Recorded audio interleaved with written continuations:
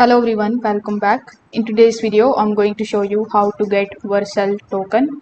So first of all, come here on vercel.com and then log into your account.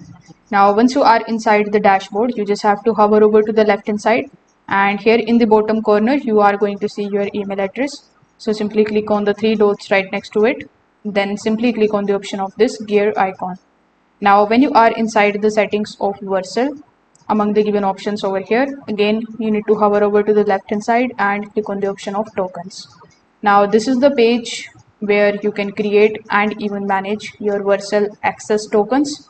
So over here you will be shown the option of create, so simply click on the option of the create token, but before that you need to give your token a name. After that you need to select the scope, then you need to select the expiration date. So once this is done, simply click on the option of create in the bottom right hand corner of the screen, and this way the token is going to be created successfully. So once it is done, you can just simply copy this and save it somewhere secure, because Vercel will not show the token value again after you leave this particular page. Now your Vercel access token is now ready to use for authenticating requests to the Vercel API. So if this video helped you out, make sure that you like this video and subscribe to the channel. Thanks for watching.